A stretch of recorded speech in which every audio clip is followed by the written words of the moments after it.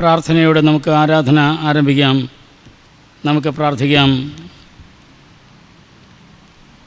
നോമ്പ് ദിവസത്തിൻ്റെ 35-ാമത്തെ ദിവസം നമുക്ക് ആലയത്തിൽ കടന്നു വന്ന് ദൈവത്തെ മഹത്വപ്പെടുത്താൻ, പ്രത്യേകിച്ച്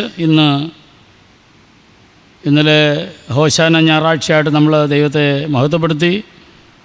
കഷ്ടാനുഭവ വാരം ആരംഭിച്ചു കഴിഞ്ഞ ഈ ദിവസത്തിൽ കർത്താവിൻ്റെ കൃപ നമ്മിൽ പകരുവാൻ പ്രത്യേക നോമ്പിൻ്റെ അനുഭവങ്ങളായ ഏറ്റവും പ്രധാനപ്പെട്ട അനുതാപം എന്ന വിഷയം നമ്മളിന്ന് ചിന്തിക്കുമ്പോൾ ദൈവത്തിൻ്റെ കൃപ നമ്മിൽ പകരപ്പെടുവാൻ, കർത്താവിന് ഇഷ്ടമില്ലാത്ത ഏതെങ്കിലും പാപമുണ്ടെങ്കിൽ ഇന്ന് അത് പൂർണ്ണമായിട്ട് ഏറ്റുപറഞ്ഞ് നീതീകരണം പ്രാപിപ്പാൻ നമുക്ക് അല്പസമയം മൗനമായി ദൈവത്തോട് പ്രാർത്ഥിക്കാം.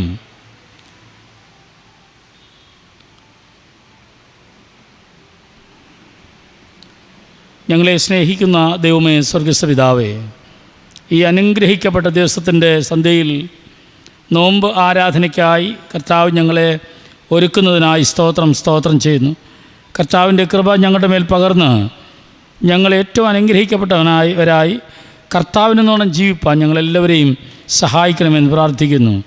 ദൈവത്തിൻ്റെ കൃപ ഞങ്ങളിൽ പകരണമേ.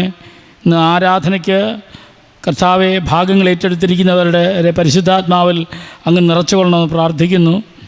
ദൈവത്തിൻ്റെ കൃപ ഞങ്ങൾ പകർന്ന് ഇന്നത്തെ ആരാധനയിലൂടെ അങ്ങയുടെ മഹത്വം ഞങ്ങൾ കണ്ടെത്തുവാൻ, ഈ ലോകത്തിലേക്ക് പുറപ്പെട്ടു പോയി അങ്ങയുടെ സാക്ഷ്യം നിർവഹിപ്പാൻ ദൈവമേ അങ്ങ് സഹായിക്കണമെന്ന് പ്രാർത്ഥിക്കുന്നു. ഇന്ന് വചനം സംസാരിക്കുന്ന അച്ഛനെ പരിശുദ്ധാത്മാവിൻ്റെ കൃപയിൽ അങ്ങ് നിർത്തിക്കൊള്ളണമേ. ഞങ്ങളുടെ ഹൃദയങ്ങളെയൊക്കെയും ദൈവം ഒരുക്കണമെന്ന് പ്രാർത്ഥിക്കുന്നു. ആരാധന അങ്ങേക്ക് സുഗന്ധവാസനാബലിയായി മണക്കുവാനും അത് ഞങ്ങൾക്കെല്ലാവർക്കും നന്മയ്ക്കും അനുഗ്രഹത്തിനും അങ്ങ് കാരണമാക്കി തീർക്കണമെന്ന് പ്രാർത്ഥിക്കുന്നു. ക്രിസ്തു മുഖാന്തരം പ്രാർത്ഥന കേൾക്കണമേ. ആമേൻ, ആമേൻ. ദൈവനാമസ്തുതിക്ക് മഹത്വമായി ക്രിസ്തീയ ആരാധനയ്ക്കുള്ള പാഠപുസ്തകത്തിൽ 32-ാമത്തെ ഗീതം, യേശുവിനെ സ്തുതി നീ എൻ മനമേ, യേശുവിനെ സ്തുതി നീ. 32-ാമത്തെ ഗീതം.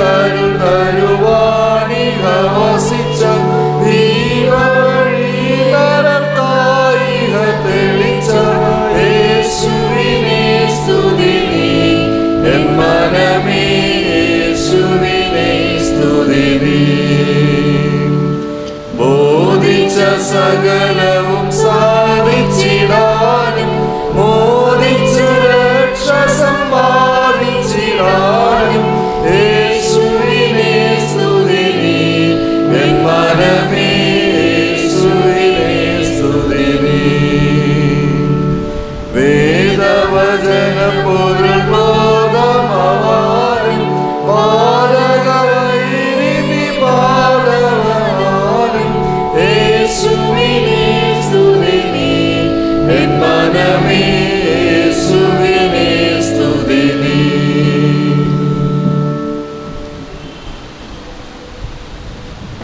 ഈ സമയം സങ്കീർത്തനങ്ങൾ, അതിനെ തുടർന്ന് ലേഖന വേദഭാഗം,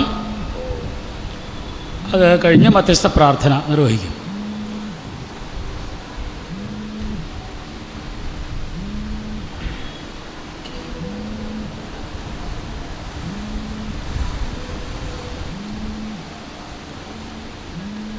അൻപത്തിയൊന്നാം സങ്കീർത്തനം വാക്യം പ്രതി വാക്യമായി വായിക്കാം. സങ്കീർത്തനങ്ങൾ 51. ദൈവമേ, നിന്റെ ദയയ്ക്ക് തക്കവണ്ണം എന്നോട് കൃപയുണ്ടാകണമേ. നിന്റെ കരുണയുടെ ബഹുത്വപ്രകാരം എൻ്റെ ലംഘനങ്ങളെ മായ്ച്ചു കളയണമേ. എൻ്റെ ലംഘനങ്ങളെ ഞാൻ അറിയുന്നു, എൻ്റെ പാപം എപ്പോഴും എൻ്റെ മുൻപിലിരിക്കുന്നു. നിന്നോട് തന്നെ ഞാൻ പാപം ചെയ്തു, നിനക്ക് അനിഷ്ടമായുള്ളത് ഞാൻ ചെയ്തിരിക്കുന്നു. സംസാരിക്കുമ്പോൾ നീ നീതിമാനായും വിധിക്കുമ്പോൾ നിർമ്മലായും ഇരിക്കേണ്ടതിന് തന്നെ. ഇതാ, ഞാൻ അകൃത്യത്തിൽ ഉരുവായി, പാപത്തിൽ എൻ്റെ അമ്മ എന്നെ ഗർഭം ധരിച്ചു. അന്തർഭാഗത്തിൽ സത്യമല്ലോ നീ ഇച്ഛിക്കുന്നത്, അന്തരംഗത്തിൽ എന്നെ ഞാൻ ഗ്രഹിപ്പിക്കണമേ. ഞാൻ നിർമ്മലനാകേണ്ടതിന് ഈ സോപ്പ് കൊണ്ട് എന്നെ ശുദ്ധീകരിക്കണമേ. ഞാൻ ഹിമത്തേക്കാൾ വിളിക്കേണ്ടതിന് എന്നെ കഴുകണമേ. സന്തോഷവും ആനന്ദവും എന്നെ കേൾക്കുമാറാക്കണമേ. നീ ഒടിച്ച അസ്ഥികൾ ഉല്ലസിക്കട്ടെ. എൻ്റെ പാപങ്ങളെ കാണാതെ വണ്ണം നിന്റെ മുഖം മറയ്ക്കണമേ. എൻ്റെ അകൃത്യങ്ങളൊക്കെയും മായ്ച്ചു കളയണമേ. നിർമ്മലമായ നിന്റെ സന്നിധിയിൽ നിന്ന് എന്നെ തള്ളിക്കളയരുതേ. നിന്റെ പരിശുദ്ധാത്മാവിനെ എന്നിൽ നിന്ന് എടുക്കുകയും അരുതേ. സന്തോഷം എനിക്ക് തിരികെ തരണമേ. മനുഷ്യർക്കും ആത്മാവിനെ താങ്ങണമേ. അപ്പോൾ ഞാൻ അതിക്രമക്കാരോട് നിന്റെ വഴികൾ ഉപദേശിക്കും, പാപികൾ നിങ്ങളിലേക്ക് മനം തിരിയും.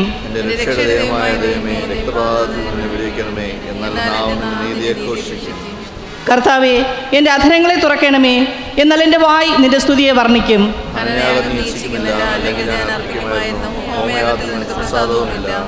ദൈവത്തിൻ്റെ ഹനനയാഗങ്ങൾ തകർന്നിരിക്കുന്ന മനസ്സ്, തകർന്നു നുറുങ്ങിയിരിക്കുന്ന ഹൃദയത്തെ ദൈവമേ നീ നിരസിക്കയില്ല. ചേർന്ന് വായിക്കാം. അപ്പോൾ നീ നീതിയാഗങ്ങളിലും ഹോമയാഗങ്ങളിലും സർവാംഗ ഹോമങ്ങളിലും പ്രസാദിക്കും. അപ്പോൾ നിന്റെ യാഗപീഠത്തിന്മേൽ കാളകളെ അർപ്പിക്കും. പിതാവിനും പുത്രനും പരിശുദ്ധാത്മാവിനും മഹത്വം ഉണ്ടാകട്ടെ.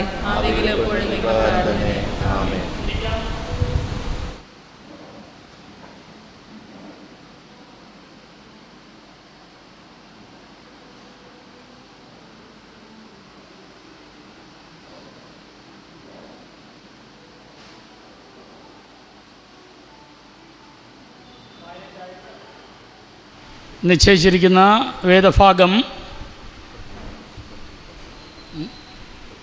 ഉൽപ്പത്തി 39 അധ്യായം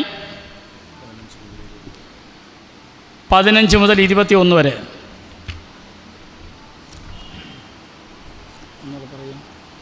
ഉൽപ്പത്തി 39 അധ്യായം 15 മുതൽ 21 വരെ. ദൈവം തന്നോട് സംസാരിച്ച സ്ഥലത്ത് യാക്കോബ് ബഥേൽ എന്ന് പേരിട്ടു. അവർ ബഥേലിൽ നിന്ന് യാത്ര പുറപ്പെട്ട് എഫ്രാത്തയിലെത്തുവാൻ അല്പദൂരം മാത്രമുള്ളപ്പോൾ റാഹേൽ പ്രസവിച്ചു. പ്രസവിക്കുമ്പോൾ അവൾക്ക് കഠിന വേദനയുണ്ടായി. അങ്ങനെ പ്രസവത്തിൽ അവൾക്ക് കഠിന വേദനയിലായിരിക്കുമ്പോൾ സൂതികർമ്മിണിൽ അവളോട് ഭയപ്പെടേണ്ട, ഇത് ഒരു മകനായിരിക്കുമെന്ന് പറഞ്ഞു. എന്നാൽ അവൾ മരിച്ചു പോയി. ജീവൻ പോകുന്ന സമയം അവന് ബെനോനി എന്ന് പേരിട്ടു. അവൻ്റെ അപ്പനോ അവന് ബെന്യാമീൻ എന്ന് പേരിട്ടു. റാഹേൽ മരിച്ചിട്ട് അവളെ ബത്ലഹേം എന്ന എഫ്രാത്തിന് പോകുന്ന വഴിയിൽ അടക്കം ചെയ്തു. അവളുടെ കല്ലറയിൽ മേൽ യാക്കോബ് ഒരു തൂൺ നിർത്തി. അത് റാഹേലിൻ്റെ കല്ലറത്തൂൺ എന്ന പേരോടെ ഇന്നുവരെയും നിലനിൽക്കുന്നു. പിന്നെ ഇസ്രായേൽ യാത്ര പുറപ്പെട്ട് ഏദൻ ഗോപുരത്തിൽ അപ്പുറം കൂടാരമടിച്ചു. ഇസ്രായേൽ ആ ദേശത്ത് പാർത്തിരിക്കുമ്പോൾ രൂബേൻ ചെന്ന് തൻ്റെ അപ്പൻ്റെ വെപ്പാട്ടിയെ ബിൽഹായോട് കൂടെ ശയിച്ച് ഇസ്രായേൽ അത് കേട്ടു. മധ്യസ്ഥ പ്രാർത്ഥനയ്ക്കായി നമുക്ക് നമ്മുടെ തലകളെ വണക്കാം, പ്രാർത്ഥിക്കാം. പ്രാർത്ഥന കേൾക്കണമേ കർത്താവേ, എൻ യാചന നൽകണമേ. കർത്താവേ, എൻ യാചന നൽകണമേ. പുത്രൻ്റെ നാമത്തിൽ ചോദിക്കും കാര്യങ്ങൾ, പുത്രൻ്റെ നാമത്തിൽ ചോദിക്കും കാര്യങ്ങൾ, ഉത്തരം തന്നരുളാം എന്നുള്ളൊരു വാഗ്ദത്തം പോൽ ദയവായി എന്നുള്ളൊരു വാഗ്ദത്തം പോൽ ദയവായി.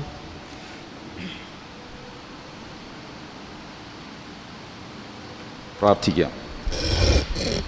കാരുണ്യവാനായ ദൈവമേ കർത്താവേ, ഒരു ദിവസം കൂടി നമ്മൾക്ക് കർത്താവെ തിരുസന്നിധിയിലായിരുന്നു കൊണ്ട് നോമ്പാരാധനയായി കൂടുവാൻ ദൈവം നൽകിയ കൃപകൾക്കായി നന്ദിയോടെ സ്തോത്രം ചെയ്യുന്ന കർത്താവെ സ്തുതിക്കുന്നു. കർത്താവെ, കഴിഞ്ഞ ഓരോ ആരാധനകളിലും ദൈവം ഞങ്ങളെ നടത്തിയതിനായി കർത്താവെ അങ്ങ് ഞങ്ങൾ നന്ദിയോടെ സ്തോത്രം ചെയ്യുന്നു. കർത്താവെ, വചനങ്ങളാലും പ്രാർത്ഥനകളാലും അങ്ങയുടെ സന്നിധിയിലേക്ക് കർത്താവെ അടുത്തു വരുവാൻ ഞങ്ങളെല്ലാവരെയും കൃപ ചെയ്തതിനായി സ്തോത്രം. ഇന്നത്തെ ആരാധനയ്ക്കായി ഞങ്ങൾ പ്രാർത്ഥിക്കുന്നു. പുതിയ ചിന്തകൾ കൊണ്ട് കർത്താവെ നോമ്പിൻ്റെ അനുഭവത്തിലൂടെ പ്രത്യേകിച്ചും പാഷൻ വീക്കിൻ്റെ ആരാധനകളിൽ വളരെ സമർപ്പണത്തോടെ പ്രത്യാശയോടുകൂടി ഞങ്ങൾക്കായിരിക്കാൻ ദൈവം നൽകുന്ന കൃപകൾക്കായി സ്തോത്രം. ഇന്ന് വന്ന എല്ലാ സഭാജനങ്ങൾക്കായി ഞങ്ങൾ പ്രാർത്ഥിക്കുന്നു. വിവിധങ്ങളായ മേഖലകളിലൂടെയുള്ള യാത്രകളിലും പ്രവർത്തനങ്ങളിലും പ്രത്യേകിച്ച് ഉപജീവന മാർഗങ്ങൾക്കും ശേഷം ആലയത്തിലേക്ക് വരുവാൻ എല്ലാവരെയും സഹായിച്ചതിനായി സ്തോത്രം. അവരുടെ കുടുംബ ജീവിതങ്ങളെല്ലാം ഞങ്ങൾ ഓർത്ത് പ്രാർത്ഥിക്കുന്നു. അനുഗ്രഹിക്കണമേ, ആവശ്യങ്ങളിൽ കൂടെ ഇരിക്കണമേ. പ്രാർത്ഥനകളെല്ലാം കർത്താവെ, അവരുടെ ആവശ്യങ്ങളെല്ലാം ദൈവം കേൾക്കുന്നതിനായി സ്തോത്രം ചെയ്യുന്നു. കർത്താവെ, രോഗികളായും ക്ഷീണിതരായും ഒക്കെ ആയിരിക്കുന്നവരുണ്ട്. കർത്താവെ, ഈ നാളുകളിൽ പ്രിയപ്പെട്ടവരുടെ മേൽ അങ്ങ് കൃപ ചെയ്ത് അനുഗ്രഹിച്ച് ദീർഘായുസ് കൊണ്ട് സൗഖ്യം കൊണ്ട് അങ്ങ് നൽകി അനുഗ്രഹിക്കണമേ എന്ന് പ്രാർത്ഥിക്കുന്നു. പ്രത്യേകിച്ചും ഇന്ന് വിവിധ പ്രാർത്ഥനയോടെ വിഷയങ്ങളോടെ ആയിരിക്കുന്നവരെ ഓർക്കുന്നു. രോഗികളായിട്ടും ഭാരങ്ങളായിട്ടും കർത്താവെ, മറ്റ് ആവശ്യങ്ങളോടെ ഇരിക്കുന്നവരെല്ലാം ഞങ്ങൾ ഓർക്കുന്നു. കർത്താവെ, ഇന്നത്തെ ആരാധനയിൽ ഞങ്ങൾക്ക് ലഭിക്കേണ്ടുന്ന വചനത്തിനായി ഞങ്ങൾ നന്ദിയോടെ സ്തോത്രം ചെയ്യുന്നു. കർത്താവെ, വചനത്തിലൂടെ ഞങ്ങൾ അങ്ങയുമായിട്ട് കൂടുതൽ അടുക്കുവാൻ, ഞങ്ങളുടെ ജീവിതങ്ങളെ സമർപ്പിച്ച് ദൈവസന്നിധിയിൽ കൂടുതൽ വിനയമുള്ളവരായി തീരുവാൻ കർത്താവെ, ഞങ്ങൾ വളരെ വണക്കത്തോടെ അങ്ങയുടെ സന്നിധിയിൽ തന്നെ ആയിരിക്കാൻ ഞങ്ങളെല്ലാവരെയും സഹായിക്കണമേ എന്ന് പ്രാർത്ഥിക്കുന്നു. നേതൃത്വം നൽകുന്ന പ്രിയ വൈദികരെയും ഓർത്ത് പ്രാർത്ഥിക്കുന്നു. അനുഗ്രഹിക്കണമേ. കർത്താവെ, ഞങ്ങളുടെ ഓരോ പ്രവർത്തനങ്ങൾക്കായി പ്രാർത്ഥിക്കുന്നു. കർത്താവെ, നോമ്പിലൂടെ ഞങ്ങളും മറ്റുള്ളവർക്ക് സാക്ഷ്യമുള്ളവരായി തീരുവാൻ ദൈവമേ കർത്താവെ അങ്ങ് സഹായിക്കണമേ എന്ന് പ്രാർത്ഥിക്കുന്നു. വരുന്ന ദിവസങ്ങളിൽ, പ്രത്യേക ദിവസങ്ങളിലെല്ലാം നടക്കുന്ന ആരാധനകൾക്കായി ഞങ്ങൾ പ്രാർത്ഥിക്കുന്നു. ഒരുക്കത്തോടെ പ്രാർത്ഥനയോടെ വരുവാനും ദൈവനാമം മഹത്വപ്പെടുവാനും ദൈവമേ അങ്ങ് സഹായിക്കണമേ എന്ന് ഞങ്ങൾ പ്രാർത്ഥിക്കുന്നു. കർത്താവെ, ഹോസ്പിറ്റലുകളിൽ അഭയം പ്രാപിച്ചിരിക്കുന്ന പ്രിയപ്പെട്ടവരെ ഓർത്ത് പ്രാർത്ഥിക്കുന്നു. അങ്ങ് സൗഖ്യം നൽകണമേ. പ്രത്യേകിച്ചും കർത്താവെ, ഉപജീവന മാർഗങ്ങൾക്കായി വിദ്യാഭ്യാസത്തിനായി ഒക്കെ പ്രാർത്ഥിക്കുന്ന പ്രിയപ്പെട്ടവരെല്ലാം ഞങ്ങൾ ഓർത്ത് പ്രാർത്ഥിക്കുന്നു. കുഞ്ഞുമക്കളെ എല്ലാവരെയും ഓർത്ത് പ്രാർത്ഥിക്കുന്നു. അനുഗ്രഹിക്കണമേ.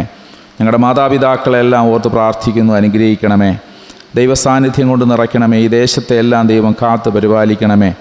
കർത്താവെ, ലോകം മുഴുവനും നടക്കുന്ന ഈ പ്രാർത്ഥനകൾക്കായി ഞങ്ങൾ പ്രാർത്ഥിക്കുന്നു.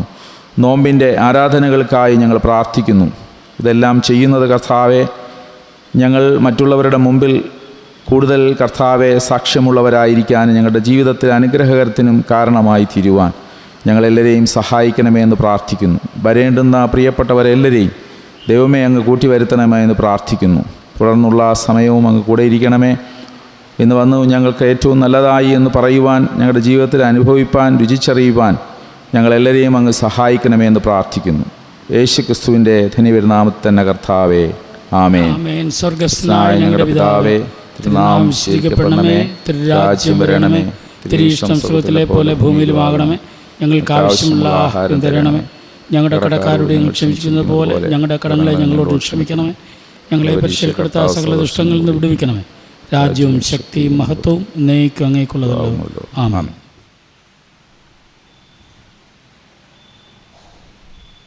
അഞ്ഞൂറ്റി 29 ഗീതം.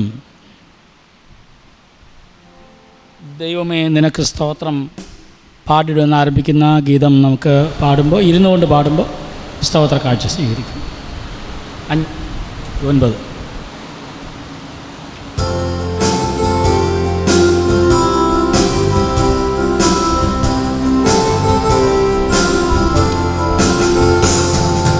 ദൈവമേ നിനക്ക് സ്തോത്രം പാടിടും, ഒരായിരം സ്തുതികൾ ഞാൻ കരേറ്റിടും. ദൈവമേ നിനക്ക് സ്തോത്രം പാടിടും. ഒരായിരം സ്തുതികൾ ഞാൻ കരേറ്റിടും. സന്താപകാലത്തും സന്തോഷകാലത്തും സന്താപകാലത്തും സന്തോഷകാലത്തും എപ്പോഴും എൻ്റെ നാവ് നിന്നെ വാഴ്ത്തുമേ. ദൈവമേ നിനക്ക് സ്തോത്രം പാടിടും. ഒരായിരം സ്തുതികൾ ഞാൻ കരേറ്റിടും. നിന്നെ അറിഞ്ഞിടാതെ പോയ പാതയിൽ നീ എന്നെ തേടി വന്ന സ്നേഹമോർക്കുമ്പോ, നിന്നെ അറിഞ്ഞിടാതെ പോയ പാതയിൽ നീ എന്നെ തേടി വന്ന സ്നേഹമോർക്കുമ്പോ, എന്നാവതെങ്ങനെ മിണ്ടാതിരുന്നിടും, എന്നാവതെങ്ങനെ മിണ്ടാതിരുന്നിടും. സ്തോത്രയാഗമെന്നും അർപ്പിച്ചിടും ഞാൻ. ദൈവമേ നിനക്കു സ്തോത്രം പാടിടും. ഒരായിരം സ്തുതികൾ ഞാൻ കരേറ്റിടും. പാപച്ചെടിയിൽ നിന്നു വീണ്ടെടുത്തന്നെ പഴയ ക്രിസ്തുവിൽ സ്ഥിരപ്പെടുത്തി നീ. പാപച്ചെടിയിൽ നിന്നു വീണ്ടെടുത്തന്നെ പഴയ ക്രിസ്തുവിൽ സ്ഥിരപ്പെടുത്തി നീ. എന്നാവിൽ തന്നു നീ നവ്യ സംഗീതനം, എന്നാവിൽ തന്നു നീ നവ്യ സംഗീതനം. സ്തോത്രയാഗമെന്നും അർപ്പിച്ചിടും ഞാൻ. ദൈവമേ നിനക്കു സ്തോത്രം പാടിടും. ഒരായിരം സ്തുതികൾ ഞാൻ കരേറ്റിടും.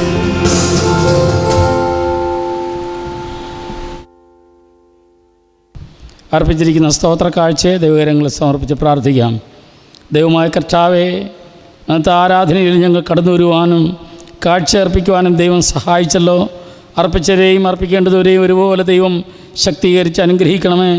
ഇത് അർപ്പിച്ചതിലൂടെ ഞങ്ങളെ മുഴുവനും കർത്താവിന് സമർപ്പിക്കുവാൻ, ഈ കഷ്ടാനുഭവവാരത്തിൽ ദൈവത്തെ മഹത്വപ്പെടുത്തുവാൻ ദൈവം സഹായിക്കണമേ. ദൈവരാജ്യത്തിന് മഹത്വത്തിനായിട്ട് പ്രയോജനപ്പെടുവാൻ ദൈവം സഹായിക്കണമെന്ന് പ്രാർത്ഥിക്കുന്നു. ഞങ്ങൾ കേൾക്കുവാൻ പോകുന്ന വചനത്തെ അങ്ങ് വാഴ്ത്തി അനുഗ്രഹിച്ച് നൽകും. ക്രിസ്തു മുഖാന്തരം പ്രാർത്ഥന കേൾക്കണമേ. ആമേൻ, ആമേൻ. സന്തോഷമുള്ള എല്ലാവർക്കും ദൈവത്തിന് മഹത്വം കൊടുക്കാം. Hallelujah, hallelujah, hallelujah. ദൈവത്തിൻ്റെ അതിപരിശുദ്ധനാമം മഹത്വപ്പെടുമാറാകട്ടെ. ഇന്ന് നോമ്പിൻ്റെ 35-ാമത്തെ ദിവസം നമുക്ക് ഈ ആലയത്തിൽ സന്തോഷത്തോടെ ആയിരിക്കുവാൻ ഇടയാക്കിയ ദൈവത്തെ സ്തുതിക്കുന്നു. നിങ്ങളെല്ലാവരെയും ദൈവനാമത്തിൽ സ്വാഗതം ചെയ്യുകയും കർത്താവായ യേശു ക്രിസ്തുവിൻ്റെ നാമത്തിലുള്ള സ്നേഹവന്ദനം അറിയിക്കുകയും ചെയ്യുന്നു. ഇന്നത്തെ വചന സന്ദേശത്തിനായി വളരെ സ്നേഹത്തോടും ആദരവോടും ബഹുമാനത്തോടും കൂടെ നമ്മുടെ പ്രിയപ്പെട്ട അച്ഛനെ ക്ഷണിക്കുന്നു. ദൈവം ഈ സന്ദേശത്തിൽ കൂടെ ഇരിക്കട്ടെ എന്ന് പ്രാർത്ഥിക്കുന്നു. ദൈവനാമത്തിന് മഹത്വമുണ്ടാകട്ടെ. സ്നേഹമുള്ള അച്ഛൻ, കമ്മിറ്റി അംഗങ്ങളെ, പ്രിയപ്പെട്ട സഭാ ജനങ്ങളെ, നമുക്കൊരുമിച്ച് കൂടുവാനും വീണ്ടും വരുന്നവനായ കർത്താവായ യേശുവിൻ്റെ നാമം ഘോഷിപ്പാനും നൽകുന്ന നിമിഷങ്ങളെ ഓർത്ത ദൈവത്തിന് കൊടാകൊടി സ്തോത്രവും സ്തുതികളും കരയേറ്റുന്നു. നോമ്പിൻ്റെ നാളുകളിൽ വളരെ വിശുദ്ധിയോടും പ്രാർത്ഥനയോടും ആലയത്തിനുള്ളിലായിരിക്കാൻ, അല്പസമയം എല്ലാം മറന്ന് നമ്മുടെ ആലയത്തിലിരുന്ന് ദൈവത്തെ ധ്യാനിപ്പാൻ കിട്ടുന്നത് ഭാഗ്യമേറിയ നിമിഷങ്ങളായി കാണുന്നു. നമുക്കൊരു നിമിഷം തലകളെ വണക്കി ദൈവത്തോട് പ്രാർത്ഥിക്കാം. സ്നേഹവാനായ ദൈവമേ, അല്പസമയം അങ്ങയുടെ വചന ധ്യാനത്തിനായി ഞങ്ങൾ ദൈവസന്നിധിയിലേക്ക് അടുത്തു വരുന്നു. കർത്താവേ, അങ്ങയുടെ വചനങ്ങൾ ആഴമേറിയ മണിമുത്തുകളാണല്ലോ. അങ്ങ് ഞങ്ങൾക്ക് നൽകുന്ന അനുഭവങ്ങളായി വചനങ്ങളെ മാറുകയാൽ സ്തോത്രം കരയേറ്റുന്നു. കർത്താവേ, ഞങ്ങളുടെ പൂർവികരുടെ, ഞങ്ങൾ പ്രിയം വയ്ക്കുന്ന ദൈവദാസന്മാരുടെ ജീവിതാനുഭവങ്ങൾ ഞങ്ങളുടെ ജീവിതത്തിൽ പകർത്തുവാൻ അപ്പച്ചൻ കൃപയേകണമേ. ആ ജീവിതാനുഭവങ്ങൾ ഞങ്ങളുടെ ജീവിതങ്ങളിൽ മാറ്റുരയ്ക്കുന്ന ഒന്നായി തീരുവാൻ സ്വർഗത്തിലെ ദൈവം കൃപ ചെയ്യും. അല്പസമയം വചനത്തിലേക്ക് ഞങ്ങൾ ഉറ്റുനോക്കുമ്പോൾ വചനം ഞങ്ങളോട് സംസാരിക്കുന്നത് കാണുവാൻ ഞങ്ങൾ കൃപയേകും. യേശുവിൻ നാമത്തിൽ തന്നെ ആമേൻ. ആമേൻ. ദൈവനാമത്തിന് മഹത്വമുണ്ടാകട്ടെ. ഉൽപ്പത്തി പുസ്തകം 39-ാം അധ്യായം അതിൻ്റെ 21-ാമത്തെ വാക്യമാണ് നിങ്ങളുടെ ശ്രദ്ധയ്ക്കായി ഞാൻ വയ്ക്കുന്നത്. 39 ഉൽപ്പത്തി 39-ൻ്റെ 21-ാമത്തെ വാക്യം. എന്നാൽ യഹോവ യോസഫിനോട് കൂടെയിരുന്നു, കാരാഗൃഹ പ്രമാണിക്ക് അവനോട് ദയ തോന്നത്തക്കവണ്ണം അവന് കൃപ നൽകി. എന്നാൽ യഹോവ യോസഫിനോട് കൂടെയിരുന്നു. ബൈബിളിലെ ചില സംഭവങ്ങൾ ക്രിസ്തു സംഭവവുമായി ചേർന്ന് നിൽക്കുന്ന സംഭവങ്ങളാണ്.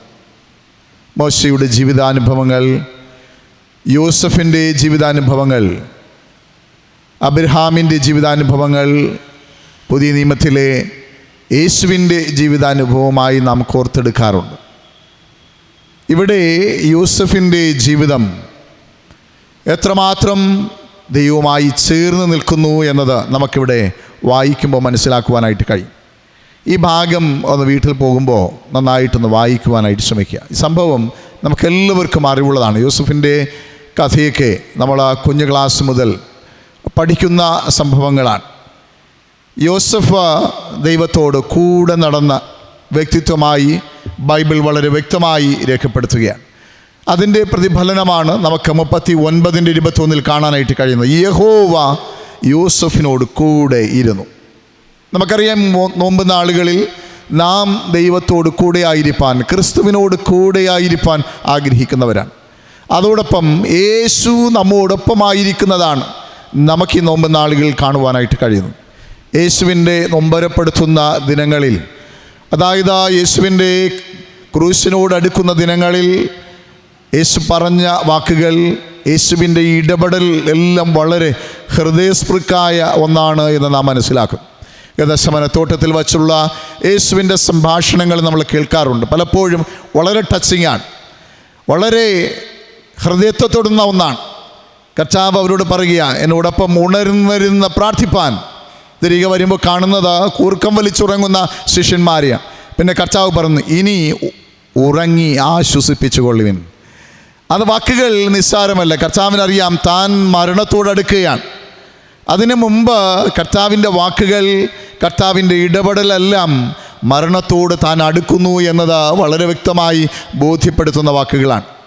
ചുംബനം കൊണ്ട് കാട്ടിക്കൊടുക്കുമ്പോഴും കർത്താവ് പറയുന്ന വാക്കുകൾ, ചുംബനം കൊണ്ടാണോ നീ മനുഷ്യപുത്രനെ കാട്ടിക്കൊടുക്കുന്നത് എന്ന വാക്കുകൾ വളരെ ടച്ചിങ് ആണ്. അവസാനം കോഴി കൂകുമ്പോൾ പത്രോസിനോട് യേശു പറയുന്നത് നമുക്ക് കാണുവാനായിട്ട് കഴിയുന്നു. അപ്പോൾ ഇങ്ങനെ പലതരത്തിൽ നമ്മുടെ ജീവിതവുമായി ബന്ധപ്പെട്ടിരിക്കുന്ന വാക്കുകൾ നമുക്ക് കാണുവാനായിട്ട് കഴിയുന്നു. ഇവിടെ വളരെ ബന്ധിതരായി യേശുവിനോട് ചേർന്നിരിക്കുന്ന ഈ നോമ്പിൻ്റെ നാളുകളിൽ നാം മനസ്സിലാക്കുന്ന ദൈവം നമ്മോട് ചേർന്നിരിക്കുന്നു എന്ന വസ്തുതയാണ്. അതാണ് നമ്മൾ ആലയത്തിൽ ഓടി വരുന്നത്.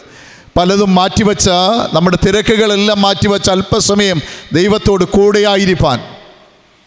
നമുക്കറിയാം, നമ്മൾ മരണാനന്തര ചടങ്ങുകൾ കഴിഞ്ഞ് നമ്മൾ പല പ്രാവശ്യം മരണഭവനങ്ങളിൽ പങ്കെടുക്കാറുണ്ട്, കടന്നു പോകാറുണ്ട്. അത് ഇതുമായിട്ട് ഞാൻ കൂട്ടി വായിക്കാൻ ആഗ്രഹിക്കുന്നില്ലെങ്കിലും ആ സമയം എന്താ നമുക്ക് ആവശ്യം? ആ ഭവനത്തിന് കൂടുതൽ ദൈവവുമായിട്ടുള്ള അടുപ്പം ആവശ്യമുണ്ട്. നമ്മൾ പ്രാർത്ഥിക്കും.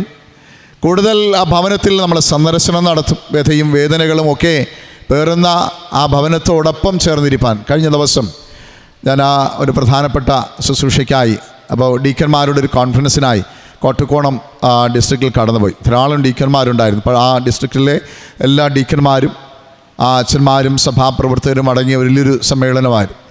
അപ്പോൾ അത് കഴിഞ്ഞപ്പോഴാണ് ഞാൻ അറിഞ്ഞത്, ഫേസ്ബുക്കിലും വാട്സപ്പിലൊക്കെ നാം കണ്ടു, 9ാം ക്ലാസ്സിൽ പഠിക്കുന്നൊരു കുഞ്ഞ് പരീക്ഷ കഴിഞ്ഞ് വെളിയിൽ വരുമ്പോൾ ഒരു മനുഷ്യൻ അവളെ ബൈക്കിൽ കയറ്റിക്കൊണ്ട്, ഒരു ബന്ധുവാണ്, പെട്ടെന്ന് ഡ്യൂക്കിലാണ് പോയത്, നിയന്ത്രണം വിട്ടു, ഇടിച്ച ആ കുഞ്ഞ് കോമയിലായിരുന്നു, മരണമടഞ്ഞു.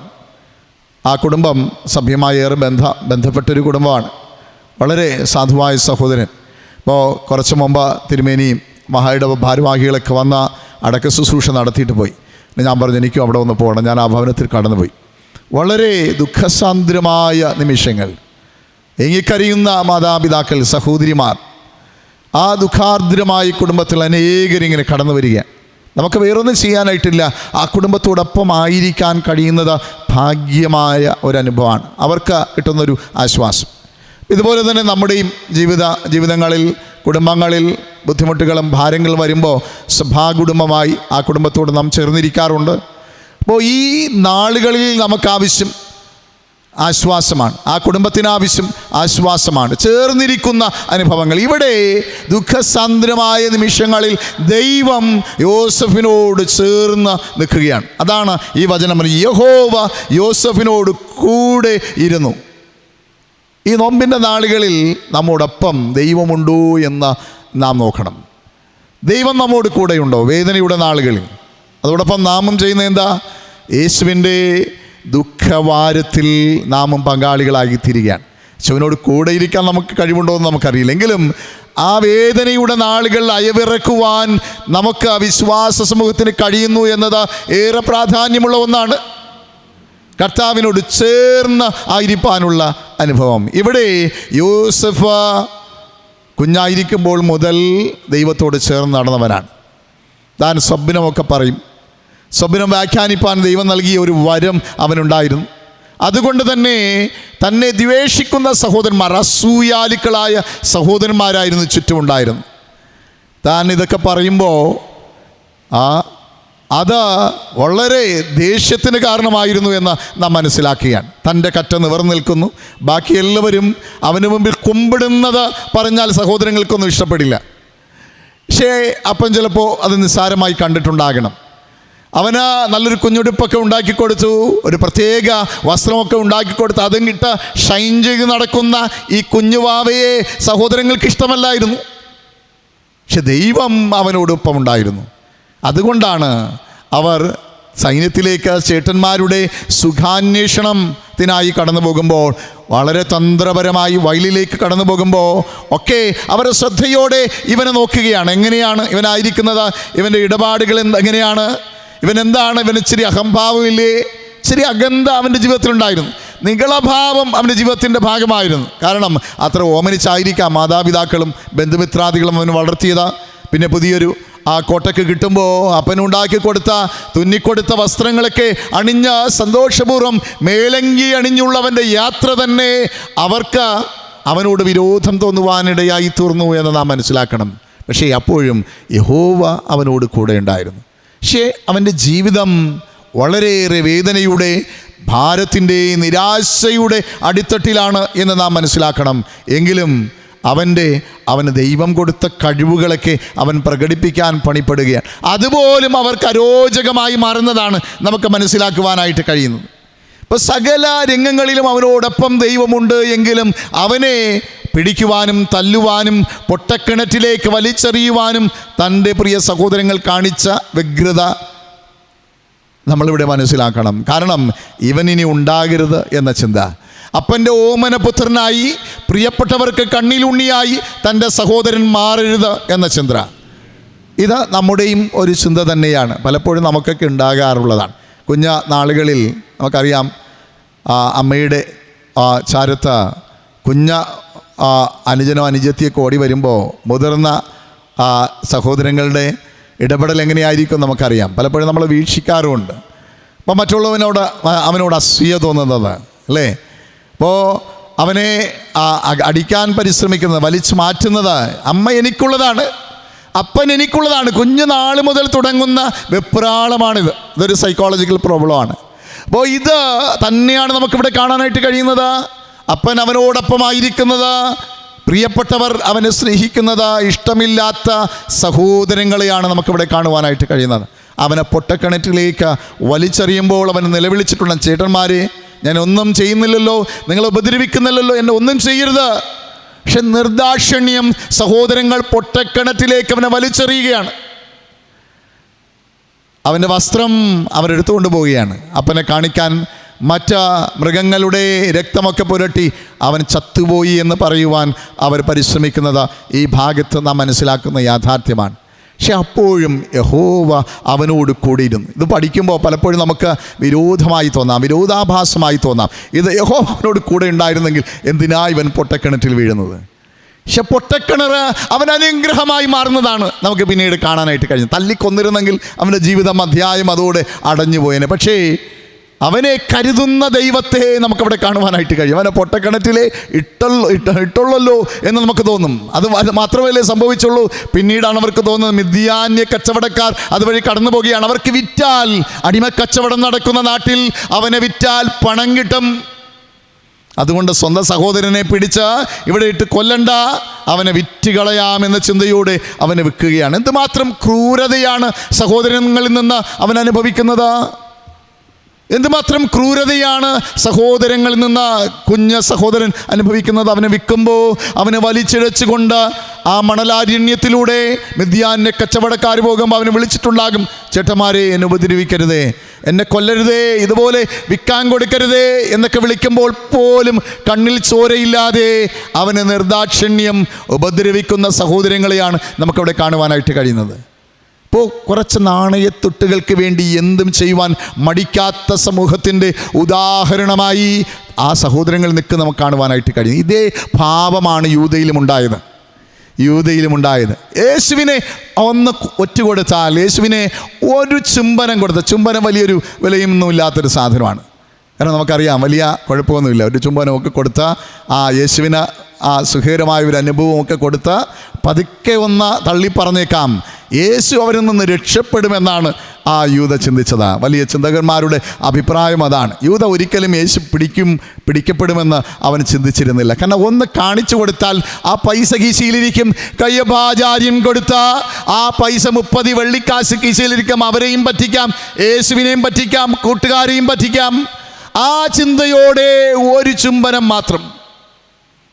ചുംബന സമരങ്ങളൊക്കെ നടക്കുന്ന നാടാണ് നമ്മുടെ നാട്. അപ്പോൾ ചുംബനം ഏറെ ശ്രദ്ധേറിയ ഒരു വികാരമാണ് എന്ന് നമുക്കറിയാം. പക്ഷേ അതിനെപ്പോലും കളങ്കപ്പെടുത്തുന്ന യൂദാസുകൾ ഉണ്ടാകുന്നു എന്നതാണ് വിഷമിപ്പിക്കുന്ന വസ്തുത. ഇവിടെ ചുംബനം കൊണ്ട് അരിമനാഥനെ ഒറ്റുകൊടുത്ത, കാണിച്ചു കൊടുത്ത യൂദായുടെ അനുഭവം നമുക്ക് കാണാനായിട്ട് കഴിയും. അതിൽ നിന്ന് വിഭിന്നമല്ല സ്വന്തം സഹോദരനെ നാണയത്തുട്ടുകൾക്കായി മിദ്യാന്യ കച്ചവടക്കാർക്ക് വിൽക്കുന്ന ഈ യൂദാസുകൾ, സഹോദരങ്ങൾ. അവൻ നിലവിളിയൊന്നും കേൾക്കുവാൻ അവർക്ക് കാതുകളുണ്ടായില്ല എന്നതാണ് നാം മനസ്സിലാക്കേണ്ടുന്ന വസ്തുത.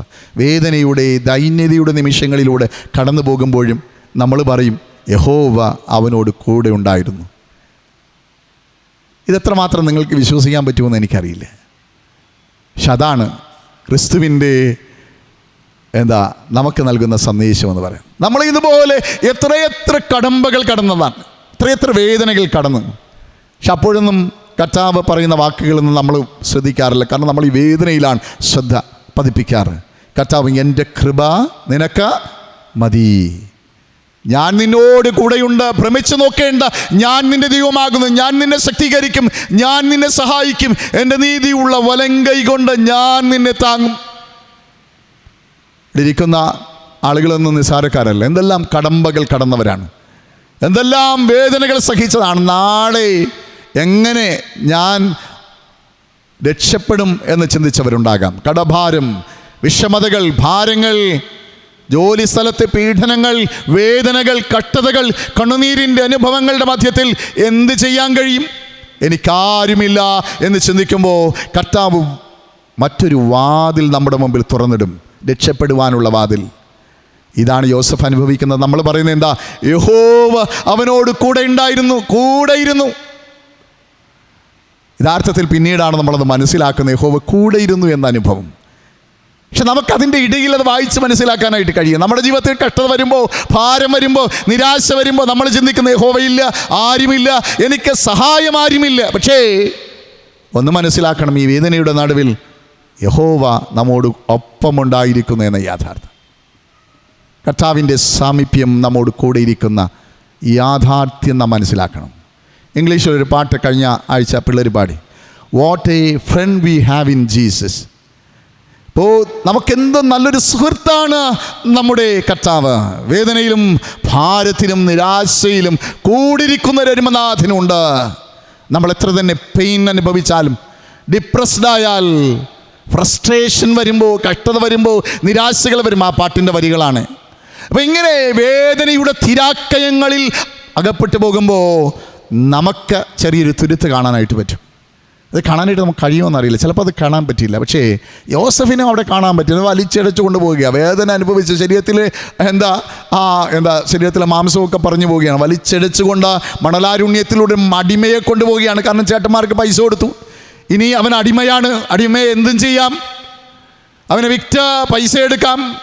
അടുത്ത അടിമ കച്ചവട കേന്ദ്രത്തിലേക്ക് കൊണ്ടുപോവുകയാണ്. അടി കൊടുക്കും, അവിടെ കിടന്ന് വിളിക്കുമ്പോൾ അവിടെയാണ് അവൻ്റെ ജീവിതം വഴിമാറുന്നത് എന്ന് നാം മനസ്സിലാക്കുന്നത്. അപ്പോൾ ഈ സാഹചര്യത്തിൽ ഇക്കരെ ഇരിക്കുമ്പോൾ അക്കരയുടെ പച്ച നമുക്ക് കാണുവാനായിട്ട് കഴിയുകയില്ല.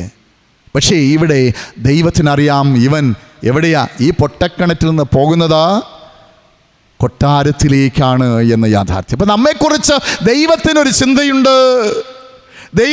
ചിന്തയുണ്ട്, പക്ഷേ അത് നമുക്ക് മനസ്സിലാക്കുവാൻ കഴിയുന്നില്ല. യേശുവിനെ ഈ ലോകത്തിലേക്ക് അയക്കുമ്പോൾ ദൈവത്തിനൊരു ഉദ്ദേശമുണ്ട്.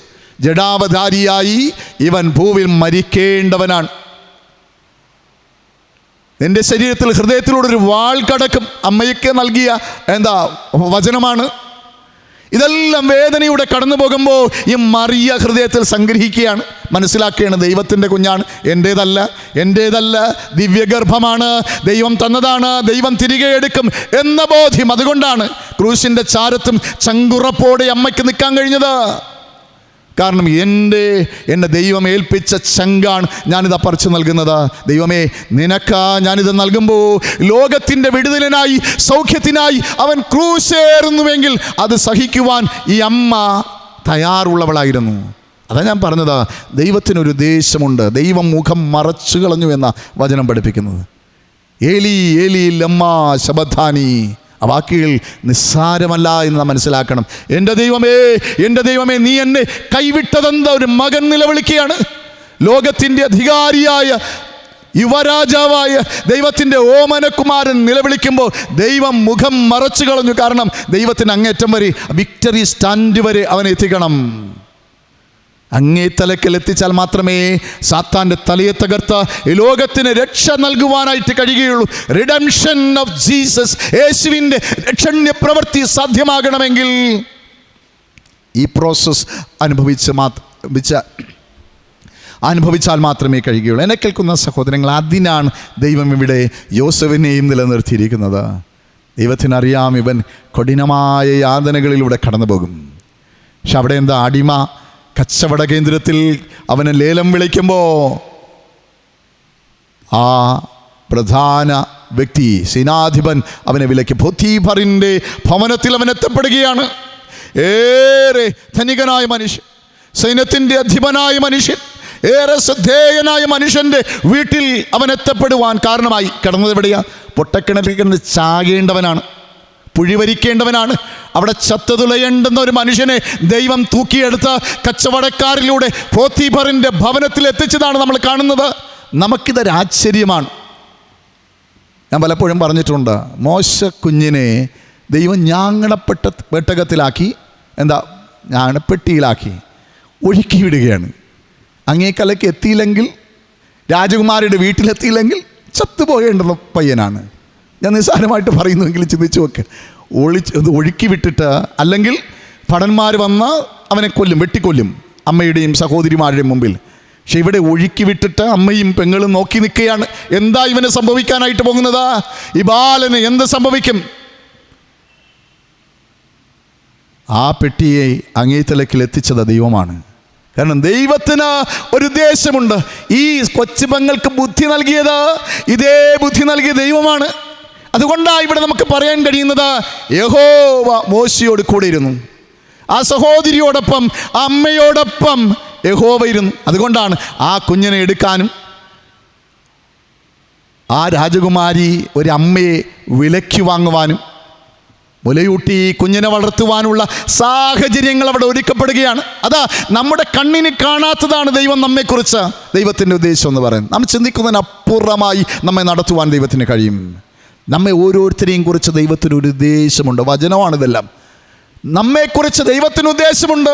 ഇവിടെ നമുക്കധികം സമയമില്ലാത്തതുകൊണ്ട് ഞാൻ കൂടുതൽ പറയാൻ ആഗ്രഹിക്കുന്നത് 3 മിനിറ്റ് കൂടെ ഉള്ളൂ. എന്നെ കേൾക്കുന്ന സഹോദരങ്ങളെ, ഇവിടെ യഹോവ യോസഫിനോട് കൂടെ ഇരുന്ന് പോത്തീഫറിൻ്റെ ഭവനത്തിൽ വെച്ച് നടന്ന കരാട്ടയും കളരിപ്പയറ്റും ഒക്കെ നമുക്ക് നന്നായിട്ടറിയാം.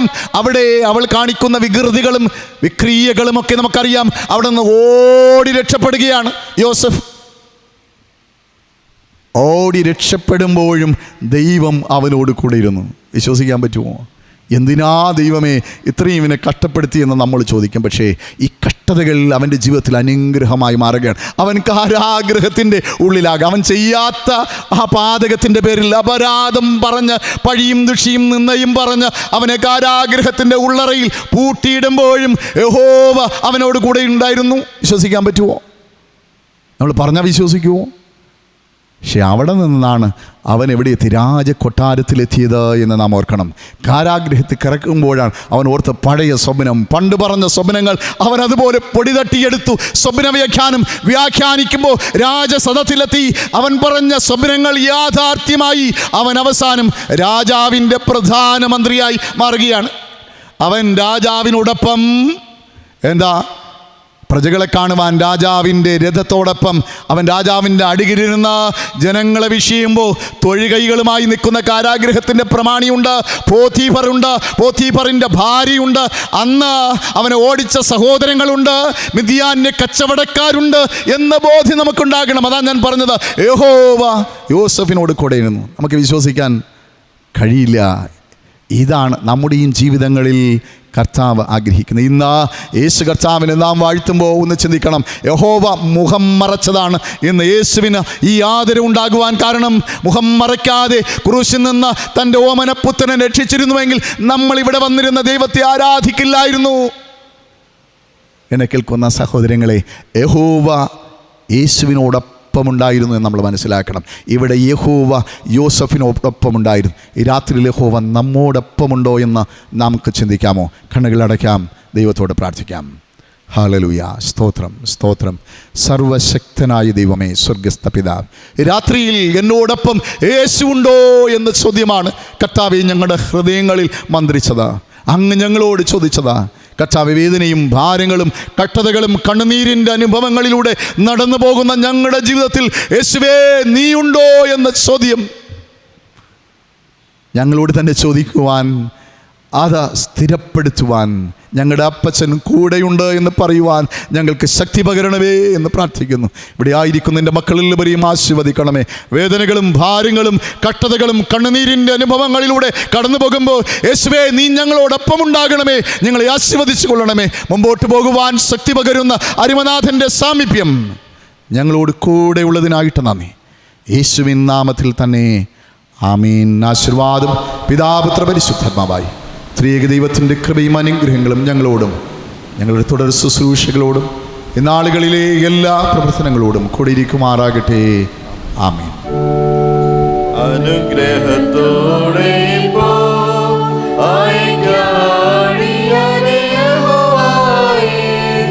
മനസ്സറിയുടെ മഹോന്നത പരനി